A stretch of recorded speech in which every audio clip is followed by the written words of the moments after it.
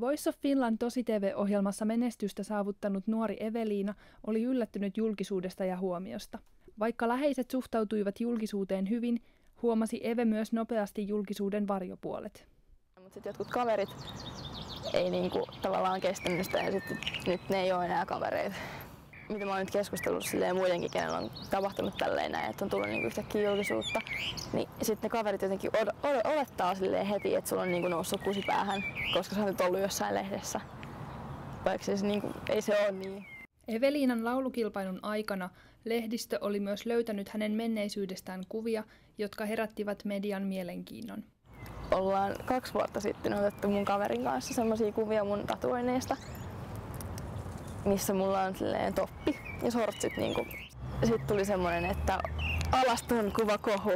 Sitten tuli vähän semmonen, että ei, että mulla näkyy ne vaatteet täältä, että mä oon alasti. Että ei.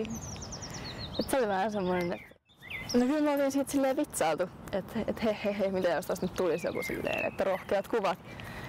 Mut en mä silleen, olisi ehkä uskonut, että niistä olisi oikeesti tullut mitään.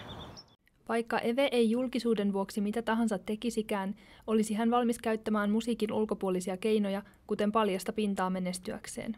No jos se olisi silleen tyylikkäästi. Ei silleen, että tässä nyt on, että katsokaa kaikki. Mitään ei jätetty mielikuvituksen varaa. Että kyllä nyt silleen seksi myy. Eikä siinä mun mielestä silleen ole mitään pahaa. Julkisuuden kääntöpuolesta huolimatta Eveliina haluaisi tulevaisuudessa olla julkis ansioidensa vuoksi. No kyllä varmaan haluaisin, mutta en silleen sen takia, että se on sitä julkisuutta, vaan se, että sä oot saanut jotain semmoista aikaan, miksi ihmiset haluaa ottaa sut huomioon.